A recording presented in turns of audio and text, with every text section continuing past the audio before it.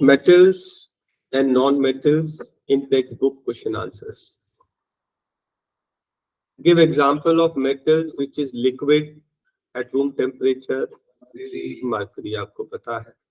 Can be cut with knife. Sodium potassium soft metals होते हैं. Best conductor of heat बोलेंगे तो silver. Best is silver. Best एक ही होता है. अगर सेकंड बोलेंगे तो फिर हम लोग कॉपर भी लिखते हैं. Poor conductor lead. What is the meaning of malleable and ductile? Malleable जिसको हम लोग बीट करके थिन शीट्स बना सकते हैं. सबसे थिन शीट किसकी बन सकती है? गोल्ड की और सिल्वर की. ऑर्नामेंट्स है ना. 50 रुपए की चांदी की राखी. अब 50 रुपए की चांदी की राखी इतनी पतली शीट रहती है कि बना देते हैं भाई. आप समझ रहे हैं? yes.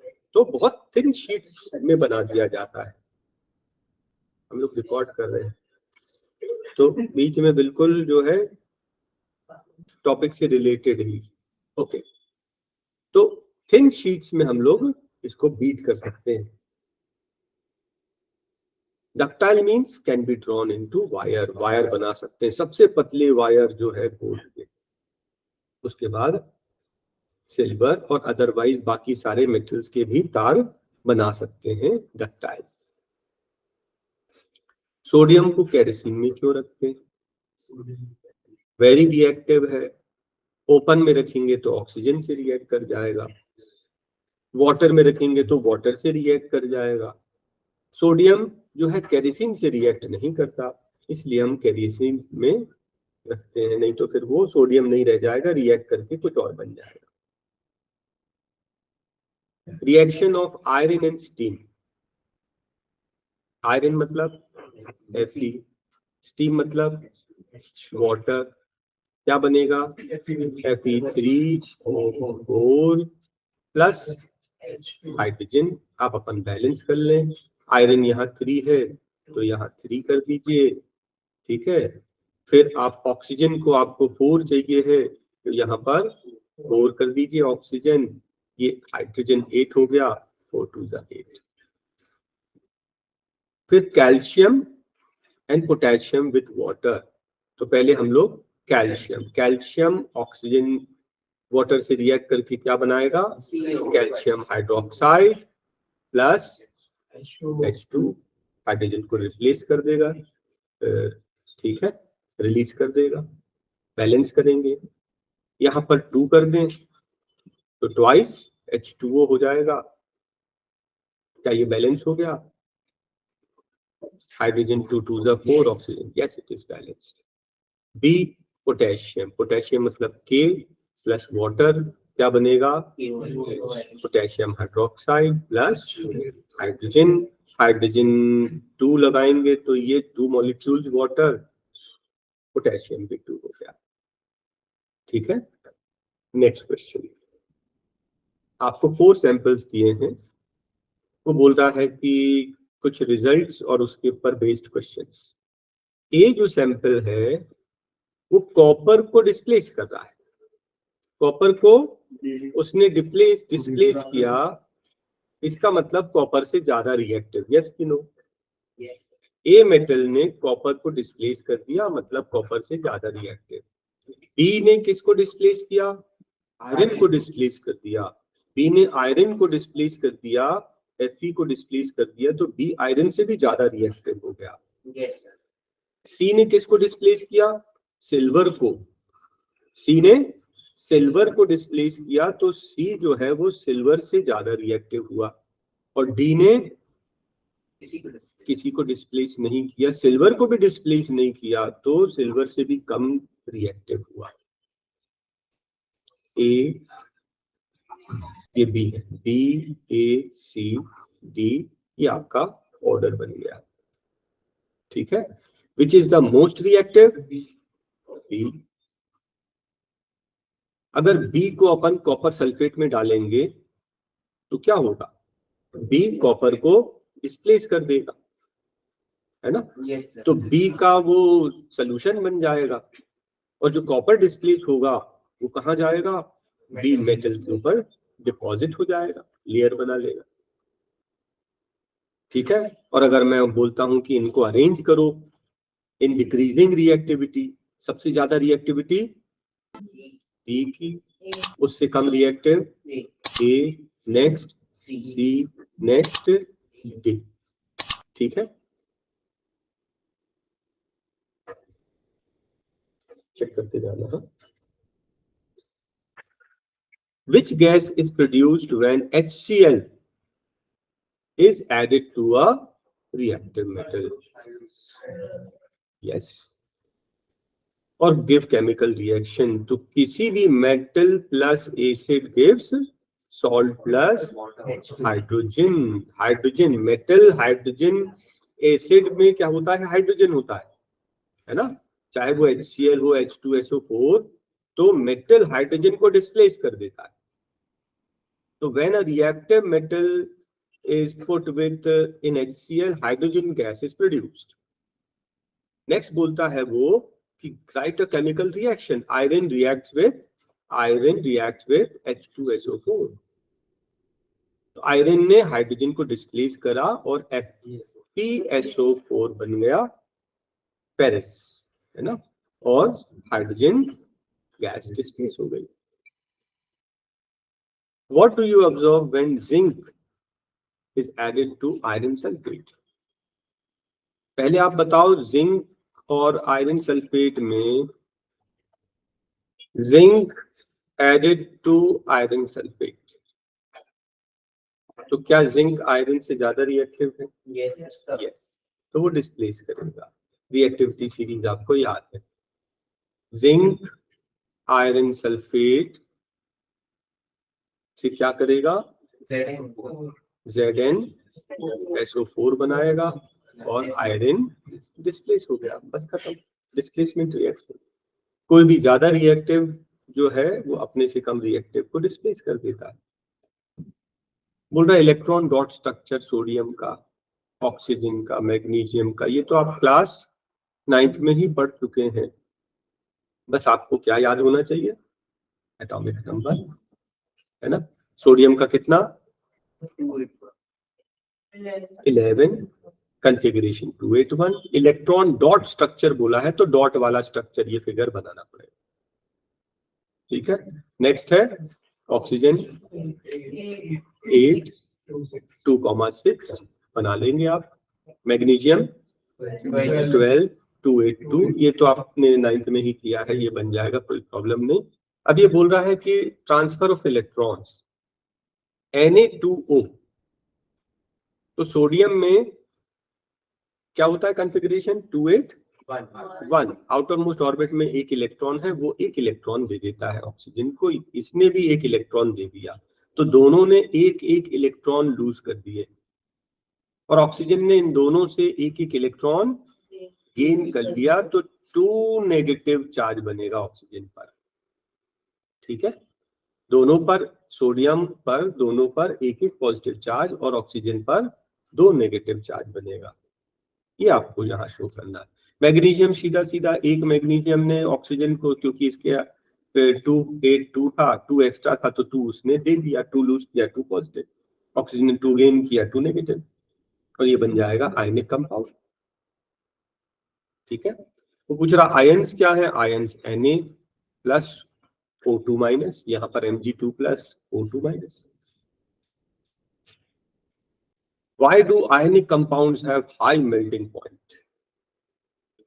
आयनिक कंपाउंड्स जो है आयंस से मिलके बना होता है, पॉजिटिव और नेगेटिव। पॉजिटिव को कैट आयन बोलते हैं, याद रखना, है ना। तो ये जो दो चार्जेस हैं, ये एक दूसरे से अट्रैक्ट होते हैं by a very strong force, electrostatic force. बहुत स्ट्रॉन्ग बॉन्ड बन जाती है इनके बीच में, और क्योंकि ये स्ट्रॉन्ग बॉन्ड बहुत स्ट्रॉन्ग है, इनको ब्रेक करने के लिए बहुत ज्यादा एनर्जी की जरूरत पड़ेगी, बहुत ज्यादा एनर्जी की जरूरत पड़ेगी, इसलिए तो उसका मेल्टिंग पॉइंट हाई है, क्योंकि इलेक्ट्रोस्टैटिक फोर्स जो है बहुत स्ट्रॉन्ग होता है compare to the covalent bonds. Mineral, naturally occurring substances, जो अर्थ से हमें मिला, जिसमें मेटल हो सकता है या मेटल है, उसको मिनरल बोलते हैं। ठीक है, लेकिन उसमें मेटल के साथ में इम्प्योरिटीज भी है, उसको मिनरल बोलते हैं। ठीक है, सारे मिनरल और नहीं होते। और क्या होता है, ऐसा मिनरल जिससे मेटल को एक्सट्रैक्ट करना इकोनॉमिकल है, ज्यादा खर्चीला नहीं है और लार्ज स्केल पर पॉसिबल हो, ऐसे मिनरल को ही हम लोग और बोलते हैं हमारे काम का।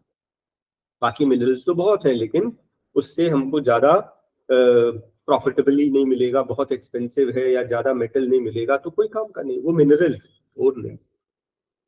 गैंग मिनरल में जो मेटल के साथ में जो इम्प्योरिटीज होती हैं, इम्प्योरिटीज, उनको गैंग बोलते हैं। ठीक, next, two metals free in state, gold, platinum, silver, ये कितने साल भी पुराना आपको खजाना मिलेगा तो गोल्ड वैसे ही शाइन करेगा, सिल्वर वैसे ही, वो कभी करोड़ नहीं होगा।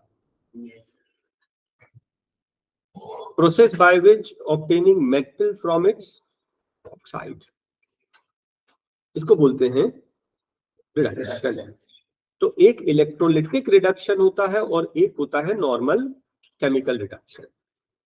जो मीडियम रिएक्टिविटी के होते हैं उनको अपन लोग केमिकल रिडक्शन से रिड्यूस कर देते हैं कार्बन यूज करके।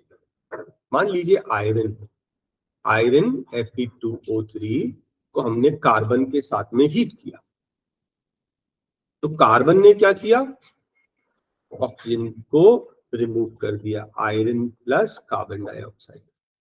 कार्बन ऑक्सीजन को Fe2O3 को क्या कर रहा है, रिड्यूस कर रहा है, उसमें से ऑक्सीजन को रिमूव कर दिया, कार्बन डाइऑक्साइड गैस बन के उड़ जाएगा। अब आप इसको बैलेंस कर लीजिए, ऑक्सीजन 3 और 2 एल्शियम 6, इसको 3 कर दीजिए, इसको यहाँ 2 कर दीजिए, आयरन 4 हो गया, ये 4 कर दीजिए। ठीक है, कार्बन 3 है, ये 3 कर दीजिए। और जो हाईली रिएक्टिव मेटल होते हैं उनको इलेक्ट्रोलिटिक रिडक्शन, जैसे कि NaCl जब हम इलेक्ट्रिक करंट पास करेंगे, इसको बोलते हैं इलेक्ट्रोलिसिस, तो Na और Cl में वो टूट जाएगा, Cl2 गैस, फिर आप इसको बैलेंस कर दीजिए, इसको 2, इसको 2। तो हाई रिएक्टिव को हम लोग इलेक्ट्रोलिटिक रिफाइनिंग करते हैं और जो मीडियम है उसको हम लोग केमिकल प्रोसेस से कार्बन से उसको रिड्यूस कर देते हैं। ये बोल रहा है रिएक्शन में क्या क्या होगा। जिंक ऑक्साइड को जिंक से नो रिएक्शन। मैग्नीशियम जिंक से ज्यादा रिएक्टिव है क्या? यस, डिस्प्लेस कर देगा। कॉपर जिंक से ज्यादा रिएक्टिव है क्या? नहीं, वो डिस्प्लेस नहीं कर पाएगा। मैग्नीशियम और जिंक को कंपेयर करें, मैग्नीशियम जिंक जो है नॉट रिएक्टिव, वो डिस्प्लेस नहीं कर पाएगा। मैग्नीशियम अपने आप ही को क्यों डिस्प्लेस करेगा, उससे ज्यादा रिएक्टिव होना चाहिए। कॉपर तो ऑफ कोर्स सीरीज में है ना। अगर हम लोग बात करें इन जो मेटल्स की यूज कर रहे हैं, हम लोग मैग्नीशियम ले रहे हैं, जिंक ले रहे हैं और कॉपर ले रहे हैं, तो एक कम रिएक्टिव जो है वो डिस्प्लेस नहीं कर सकता, ज्यादा रिएक्टिव। कॉपर से ज्यादा रिएक्टिव है जिंक, डिस्प्लेस कर देगा। मैग्नीशियम भी ज्यादा रिएक्टिव है, डिस्प्लेस कर देगा। कॉपर को डिस्प्लेस नहीं कर पाएगा, डिस्प्लेस करने के लिए ज्यादा रिएक्टिव होना जरूरी है। ठीक है, which metals do not corrode easily. अभी हमने पढ़ा था ये जो लीस्ट रिएक्टिव मेटल है ना, ये करोड नहीं होते। एलॉयज क्या होते हैं? होमोजीनियस मिक्सचर, वर्ड यूज करना, होमोजीनियस मिक्सचर ऑफ 2 और मोर मेटल्स, और अ मेटल है ना, नॉन मेटल भी हो सकता है। ब्रास जो है कॉपर और जिंक से मिलकर बनता है। ब्रोंज जो है कॉपर और टिन से मिलकर बनता है। लेकिन स्टील, उसमें आयरन भी चाहिए, कार्बन भी चाहिए, नॉन मेटल, निकल भी चाहिए और क्रोमियम भी चाहिए। इन सब का जो होमोजीनियस मिक्सचर बनेगा, और भी बहुत सारे एग्जांपल्स हमने मेन वीडियो में बनाए हैं, main text book question answers. तो वही सेम रिएक्टिविटी सीरीज में जो है कम कॉपर इससे कम रिएक्टिव है, नो डिस्प्लेसमेंट। एल्यूमिनियम मैग्नीशियम से नीचे है नो रिएक्शन, सिल्वर आयरन से नीचे है no reaction, copper can displace, yes है ना, कॉपर सिल्वर से ऊपर है वो डिस्प्लेस कर देगा। रिएक्टिविटी सीरीज आपको याद होनी चाहिए। फ्राइंग पैन में किस चीज को आप करेंगे सूटेबल प्रिवेंटिव मेजर्स? ग्रीस लगाओगे, हैं? पेंट करोगे कि जिंक की कोटिंग करेंगे? जिंक की कोटिंग, नहीं तो खाने में ग्रीस आ जाएगी। ओके, ऐसा एलिमेंट जो ऑक्सीजन से रिएक्ट करके हाई मेल्टिंग पॉइंट वाला कंपाउंड बनाता है, कैल्शियम।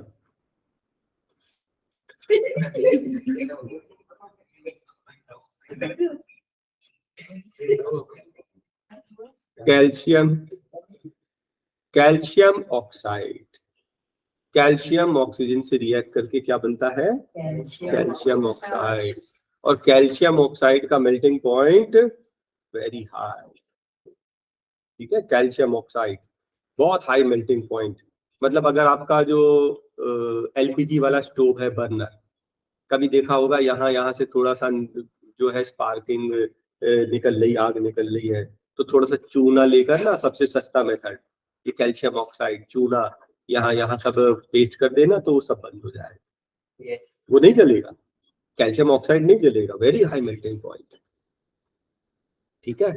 कौन फूड कैंस को टिन से क्यों कोट करते हैं, जिंक से क्यों नहीं? जिंक से कम रिएक्टिव है टिन, तो टिन और ज्यादा रिएक्ट नहीं करेगा। अगर आपको हैमर, बल्ब, बैटरी दे दी गई है और आपको फाइंड करना है कि वो मेटल है कि नहीं, हैमर से क्या करेंगे हम लोग? उसको बीट करेंगे, अगर वो टूट गया तो नॉन मेटल है, अगर वो टूटा नहीं और उसकी शीट और चौड़ी बन गई मेटल है। लेकिन क्या ये शॉर्टेस्ट है? नहीं, क्योंकि एक्सेप्शंस भी होते हैं। फिर हमने क्या किया, इलेक्ट्रिक करंट सप्लाई किया और हमने चेक कर लिया, तो जो जलेगा वो मेटल है, जो नहीं जलेगा वो, लेकिन यहाँ भी एक्सेप्शन होता है, ग्रेफाइट जल जाता है। तो क्या ये शॉर्टेस्ट है? ये शॉर्टेस्ट नहीं है, इसके साथ में हमको केमिकल मेथड भी यूज करना पड़ेगा, because there are exceptions. What are amphoteric? ये जो है एल्यूमिनियम और जिंक एसिड जैसे बिहेव भी करते हैं और बेस जैसे बिहेव भी करते हैं। फर्स्ट रिएक्शन देखिए, ये एसिड है ना HCl, तो इसमें ये बेस जैसा रिएक्ट कर रहा है, acid plus base, salt plus water. Next reaction देखिए, ये आपका बेस है ना, तो यहाँ पर वो एसिड जैसा रिएक्ट कर रहा है, acid plus base, salt plus water. तो ऐसे ऐसे ऑक्साइड्स जो एसिड जैसे भी बिहेव करते हैं और बेस जैसे भी behave, both as acid as and base, are called amphoteric.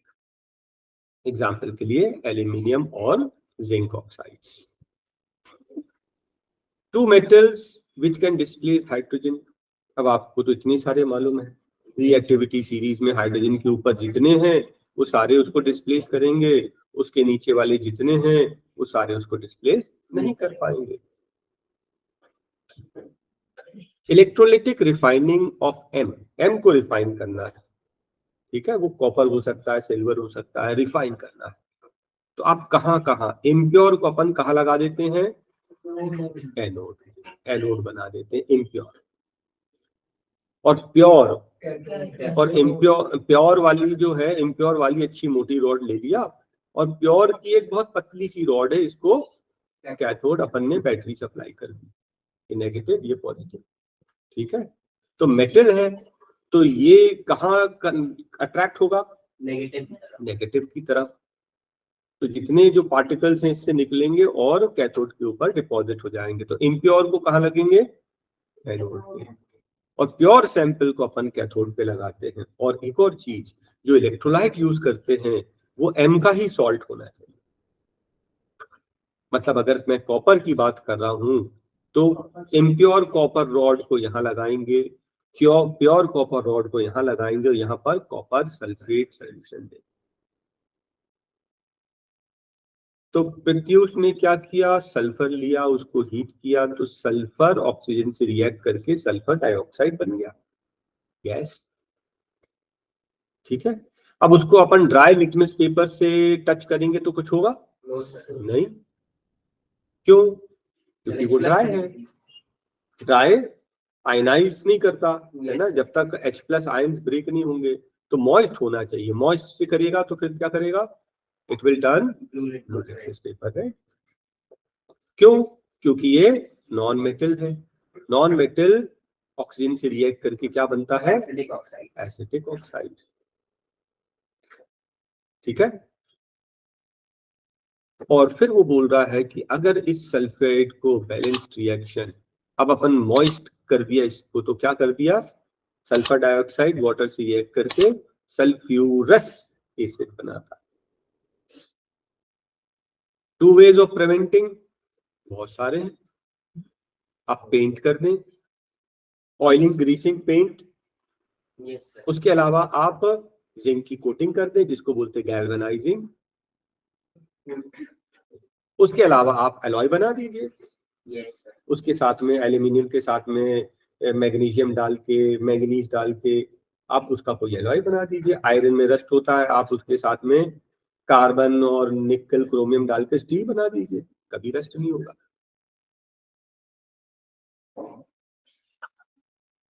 What type of oxides are formed when non-metal combine? Non-metal जब ऑक्सीजन से कंबाइन होता है तो क्या बनता है, acidic, and sometimes it forms neutral भी। याद रखना, नॉन मेटल्स ऑक्सीजन से रिएक्ट करके एसिडिक ऑक्साइड भी बनाता है, जैसे कि SO2, CO2, NO2, और वाटर और कार्बन मोनोऑक्साइड भी तो बना रहा है। तो sometimes in some cases neutral oxide भी बनाता है। प्लैटिनम, गोल्ड, सिल्वर से ज्वेलरी क्यों बनाते हैं? हाँ, अब इसको मेलेबल डक्टाइल नहीं बोल देना, तो मेलेबल डक्टाइल तो है ही, लेकिन हाईली लस्ट्रस है, बहुत अच्छा चमक है, अट्रैक्टिव है, इसलिए इसकी कीमत ज्यादा है। नेक्स्ट क्या बोल रहा है वो, इनको ऑयल में क्यों रखते हैं, ये भी अपन ने थोड़ी देर पहले पढ़ा। ऑक्सीजन में, एयर में रखेंगे तो ऑक्सीजन से रिएक्ट करेगा, वाटर में रखेंगे तो वाटर से रिएक्ट करेगा। ये क्या है, सिर्फ केरोसिन से रिएक्ट नहीं करता, इसलिए केरोसिन में स्टोर करके रखते हैं ताकि ये स्पॉइल ना हो जाए, है ना, मेटल प्योर मेटल रहे। एल्यूमिनियम जो है हाईली रिएक्टिव है, लेकिन कुकिंग यूटेंसिल्स हम इससे बनाते हैं।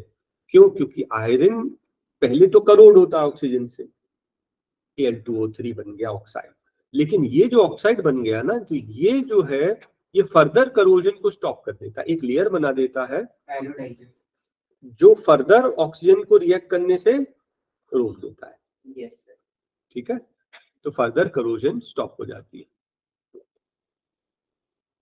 नेक्स्ट क्वेश्चन क्या है, carbonates and sulphates are converted into oxide. देखिए, जब हम रिड्यूस करते हैं ना मेटल्स को, मेटालिक ऑक्साइड से मेटल्स रिड्यूस करना इजी भी है और चीप भी, मेटेलिक ऑक्साइड से। और अगर वो मेटेलिक ऑक्साइड नहीं, मान लो कार्बोनेट्स हैं, तो आपको क्या करना पड़ेगा, उसको पहले ऑक्साइड सल्फाइड है तो उसको पहले आप क्या करेंगे, रोस्टिंग करेंगे, in presence of oxygen, in absence of oxygen heat करके उसको ऑक्साइड में कन्वर्ट करेंगे, और उसके बाद फिर हम लोग उसको रिड्यूस करेंगे। मेटल्स जो हैं टार्निश हो गए, उनको अपन लेमन जूस से क्लीन करते हैं, तो क्लीन क्यों हो जाता है? बेसिकली ये जो है ना, ये टार्निश्ड मतलब ये कुछ कार्बोनेट्स बना लिए हैं, सॉल्ट्स बन गए हैं। और ये सॉल्ट्स क्या होते हैं, ये जब हम एसिड डालते हैं, चाहे वो टैमरिंड जूस है, लेमन जूस हो, तो वो उन सॉल्ट्स को डिसॉल्व कर देता है, डिसॉल्व कर देता है, इससे वो क्लीन हो जाता है। मेटल्स, नॉन मेटल्स की chemical properties. Metals are basic oxides, oxygen से रिएक्ट करके बेसिक बनता है, और बेस वाटर में डिसॉल्व करके बेसिक ऑक्साइड वाटर में डिसॉल्व करेंगे तो बेस बन जाएगा। नॉन मेटल एसिडिक ऑक्साइड्स या फिर न्यूट्रल, अभी हमने पढ़ा ना। मेटल हाइड्रोजन को डिस्प्लेस करेगा, नॉन मेटल रिएक्ट नहीं करता, ठीक है, आसानी से। मेटल्स को डाइल्यूट एसिड में डालेंगे तो मेटल जनरली हाइड्रोजन से ज्यादा रिएक्टिव होते हैं, हाइड्रोजन को डिस्प्लेस कर देंगे, नॉन मेटल्स आसानी से नहीं करेंगे। मेटल क्लोरीन से रिएक्ट करके क्लोराइड बनाएगा, ठीक है। कैसे? आयनिक, नॉन मेटल्स क्लोराइड बनाएगा लेकिन कोवेलेंट क्लोराइड्स। Yes sir.